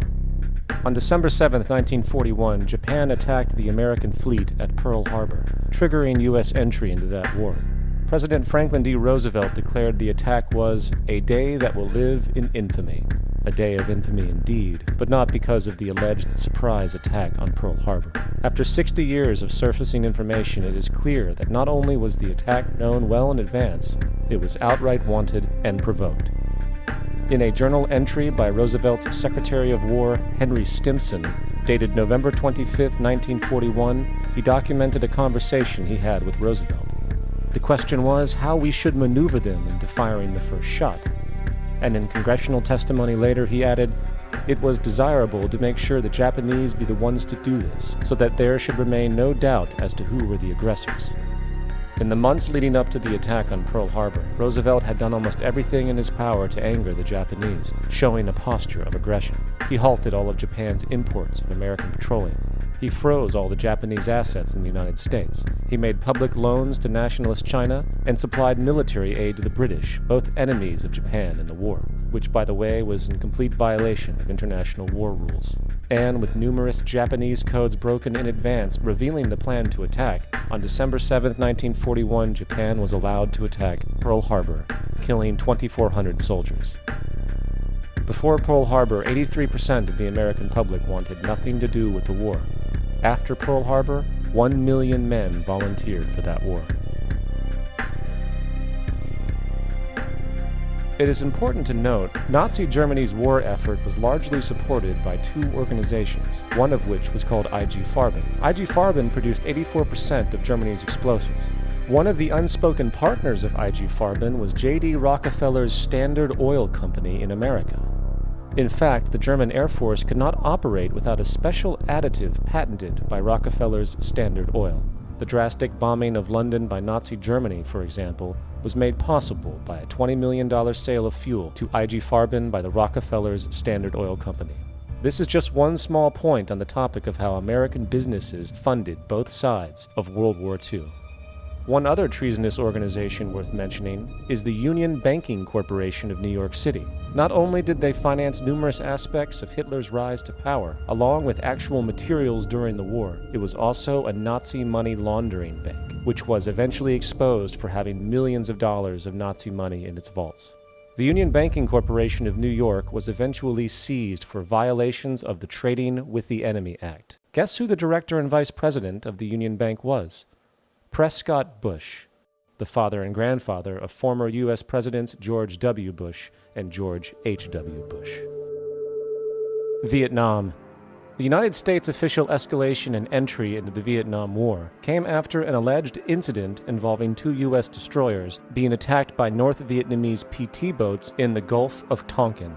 This was known as the Gulf of Tonkin Incident. This situation was the catalytic pretext for massive troop deployment and full-fledged warfare. One problem, however, the attack on the U.S. destroyers by Vietnamese PT boats never happened. Former Secretary of Defense Robert McNamara stated years later that the Gulf of Tonkin incident was a mistake, while declassified documents released years later show that it was a farce, manipulated for the purposes of war. And once in the war, it was business as usual. In October 1966, President Lyndon Johnson lifted trade restrictions on the Soviet bloc, knowing full well that the Soviets were providing upwards of 80% of North Vietnam's war supplies. Consequently, the Rockefeller interests financed factories in the Soviet Union, which the Soviets used to manufacture military equipment and send it to North Vietnam. However, the funding of both sides in this conflict was only one side of the coin. In 1985, Vietnam's rules of engagement were declassified. This detailed what American troops were and were not allowed to do in the war. It included such absurdities as North Vietnamese anti-aircraft missile systems could not be bombed until they were known to be fully operational. No enemy could be pursued once they crossed the border of Laos or Cambodia. And most revealing of all, the most critical strategic targets were not allowed to be attacked unless initiated by high military officials.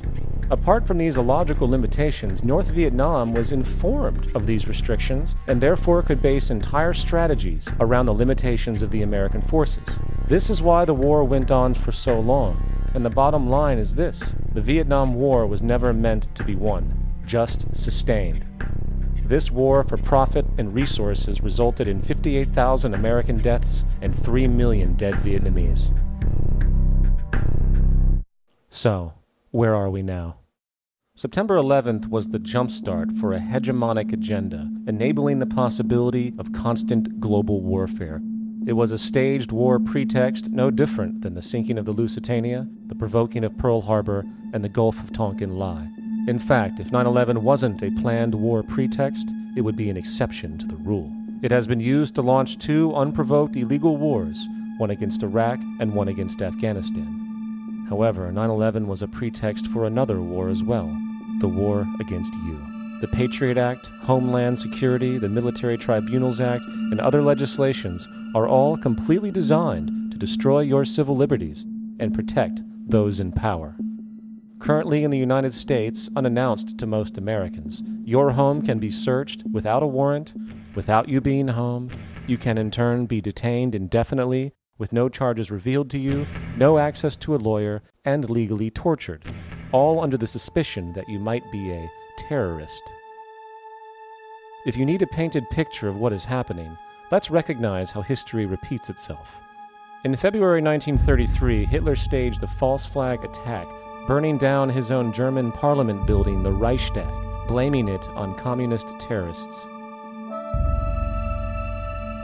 Within the next few weeks, he passed the Enabling Act, which completely eradicated the German Constitution, destroying people's liberties.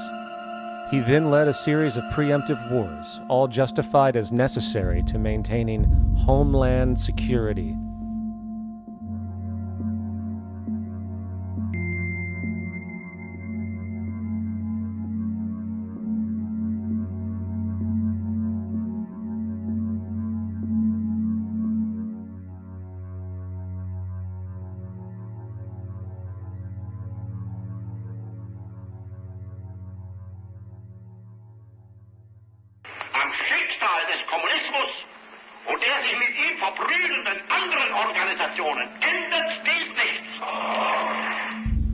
Our enemy is a radical network of terrorists and every government that supports them.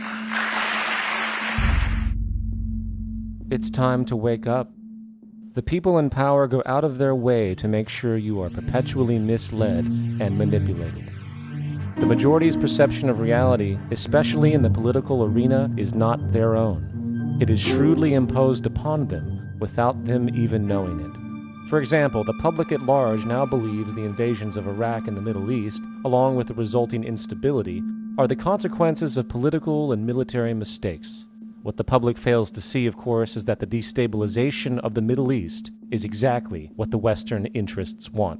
This war is to be sustained so the region can be divided up, domination of the oil maintained, continual profits reaped for defense contractors, and most obviously, permanent military bases established to be used as launching pads against other oil-bearing, non-conforming countries such as Iran. For further implication that the Middle East destabilization is purely intentional, in 2005, 2 elite British SAS officers were arrested by Iraqi police after being caught driving around in their car shooting at civilians while dressed up as Arabs. After being arrested and taken to a jail in Basra, the British Army immediately demanded the release of these men.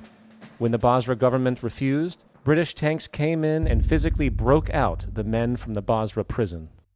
If you wish to destroy an area, how do you do it? Well, there are 2 ways. You can go in there and bomb it and so forth, but that is not very efficient. What you do is you try to get the people in that area to kill each other and to destroy their own territory, their own farms. And that's what's been done in that area. The way in which you destroy an opponent is get him to destroy himself by dividing his ranks against one another. Then you feed both sides. You have agents feeding both sides, inflaming both sides, and they kill each other off. And it's time that some of us woke up to this reality, to understand that people who try to maintain empires and create empires do it by manipulating the people they're trying to conquer. You might want to ask yourself why the entire culture is utterly saturated with mass media entertainment from all sides, while the educational system in America continues its stupefying downward slide since the U.S. government decided to take over and subsidize the public school system. What your government pays for, it gets. When we understand that, then we look at government-financed institutions of education and see the kind of students and the kind of education that's being turned out by these government-financed schools. Logic will tell you that if what is being turned out in those schools was not in accord with what the state and the federal government wanted, then it would change it. The bottom line is that the government is getting what they have ordered. They do not want your children to be educated. They do not want you to think too much. That is why our country and our world has become so proliferated with entertainments, mass media, television shows, amusement parks, drugs, alcohol, and every kind of entertainment to keep the human mind entertained, so that you don't get in the way of important people by doing too much thinking. You had better wake up and understand that there are people who are guiding your life and you don't even know it. We're in a lot of trouble because you people and 62 million other Americans are listening to me right now, because less than 3% of you people read books, because less than 15% of you read newspapers, because the only truth you know is what you get over this tube. Right now, there is an entire generation that never knew anything that didn't come out of this tube. This tube is the gospel, the ultimate revelation. This tube can make or break presidents, popes, prime ministers. This tube is the most awesome goddamn force in the whole godless world. And woe is us if it all falls into the hands of the wrong people. And when the largest company in the world controls the most awesome goddamn propaganda force in the whole godless world, who knows what shit will be peddled for truth on this network. So you listen to me. Listen to me. Television is not the truth. Television is a goddamn amusement park.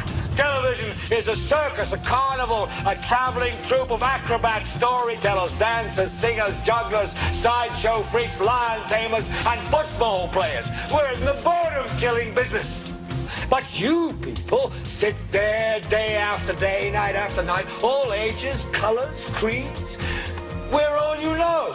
You're beginning to believe the illusions we're spinning here. You're beginning to think that the tube is reality and that your own lives are unreal. You do whatever the tube tells you. You dress like the tube. You eat like the tube. You raise your children like the tube. You even think like the tube. This is mass madness, you maniacs. In God's name, you people are the real thing. We are the illusion.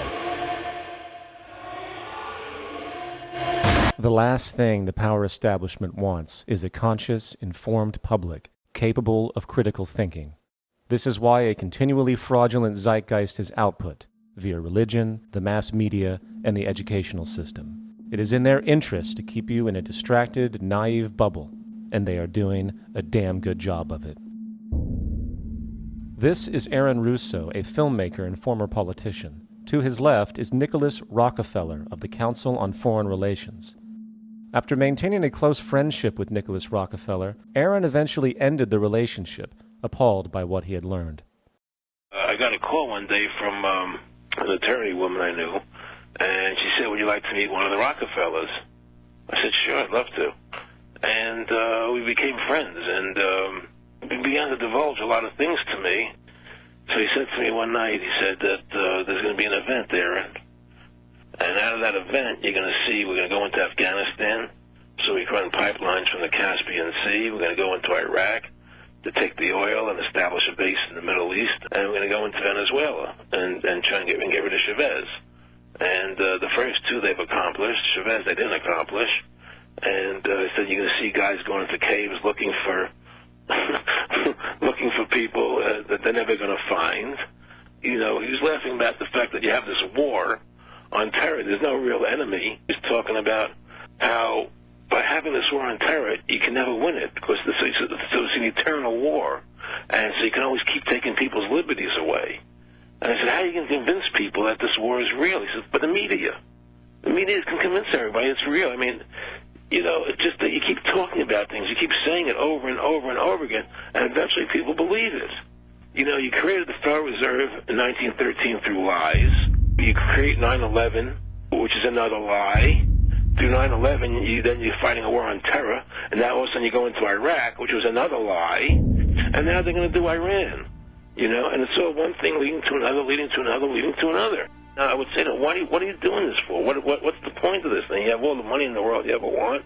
You have all the power. I said, you know, you're hurting people. It's not a good thing. And he would say, what do you care about the people for? Take care of yourself and you take care of your family. And then I said to him, what are the ultimate goals here? He said the ultimate goal is to get everybody in this world chipped with the RFID chip, and have all money be on those chips and everything on those chips. And if anybody wants to protest what we do or violate what we want, we just turn off their chip. How far will the sickness of power go? To what lengths will those in control go in order to maintain and preserve their positions? We have a Florida family who are really pioneers in a brave new world. They have volunteered to be the first ever to have microchip identification devices implanted into their body. After 9/11, I was really concerned with the security of my family. I wouldn't mind having something planted permanently in my arm that would identify me. George Orwell, in his famed and possibly prophetic work, 1984, stated, "Power is not a means, it is an end. The object of persecution is persecution. The object of torture is torture. The object of power is power." Today, symptoms of a surveillance society continue to grow as irrational fears of invisible enemies, coupled with rising economic instability, spread across the globe. It is under this guise of security that we can foreshadow a world where everyone is tracked, everyone is on camera, and everyone is subordinated. The most incredible aspect of all, such totalitarianism would likely not be forced upon the people. Rather, the people will demand it. For the social manipulation of society through the generation of fear and division has completely inhibited the culture. Religion, patriotism, race, wealth, class, and every other form of arbitrary, separatist identification and thus conceit has served to create a controlled population, utterly malleable in the hands of the few. Divide and conquer is the motto, and as long as people continue to see themselves as separate from everything else, they lend themselves to being completely enslaved. However, if the people ever realize the truth of their relationship to nature, and the truth of their personal power to effect change, the entire manufactured zeitgeist that's preyed upon would collapse like a house of cards.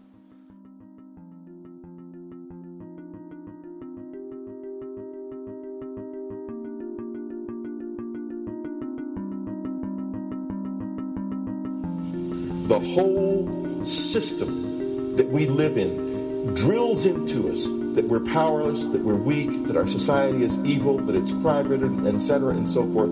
It's all a big, fat lie. We are powerful, beautiful, extraordinary. There is no reason why we cannot understand who we truly are, where we are going. There is no reason why the average individual cannot be fully empowered. We are incredibly powerful beings.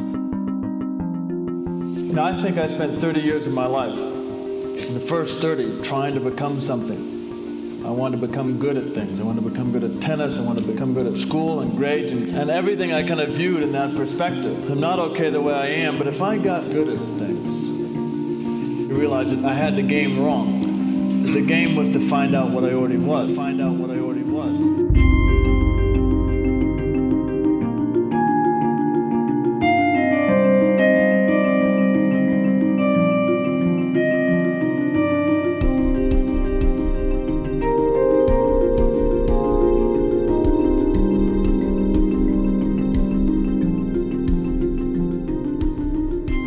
Now, in our culture, we've been trained for individual differences to stand out. So you look at each person, immediately it is brighter, dumber, older, younger, richer, poorer, and we make all these dimensional distinctions, put them in categories and treat them that way. And we get so that we only see others as separate from ourselves in the ways in which they're separate. And one of the dramatic characteristics of experience is being with another person and suddenly seeing the ways in which they are like you, not different from you, and experiencing the fact that which is essence in you and which is essence in me is indeed one. The understanding that there is no other. It is all one. And I wasn't born Richard Albert, I was just born as a human being, and then I learned this whole business of who I am and whether I'm good or bad or achieving or not. All that's learned along the way.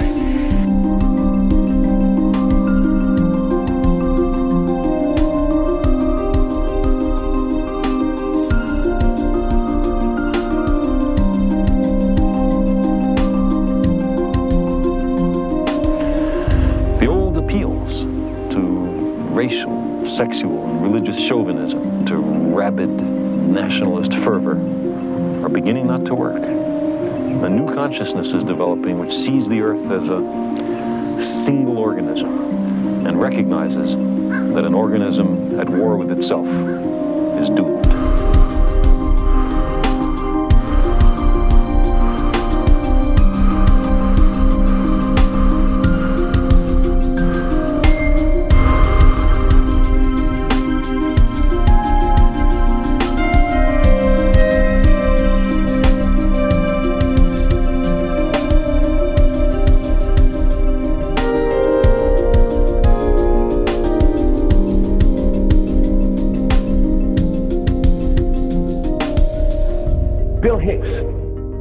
Finish his shows with this. Life's like a ride in an amusement park. And when you go on it, you think it's real, because that's how powerful our minds are. And the ride goes up and down and round and round. It has thrills and chills, and it's very brightly colored. And it's very loud, and it's fun for a while. Some have been on the ride for a long time, and they begin to question, is this real, or is this just a ride? And other people have remembered, and they come back to us and they say, hey, don't worry. Don't be afraid ever, because this is just a ride. And we kill those people. Shut him up, I've got a lot invested in this ride. Shut him up! Look at my furrows of worry. Look at my big bank account. My family, this has to be real. It's just a ride. But we'll kill those good guys who try and tell us that. You ever notice that? And let the demons run amok? But it doesn't matter, because it's just a ride, and we can change it anytime we want. It's only a choice. No effort, no work, no job, no savings of money. Just a choice right now between fear and love.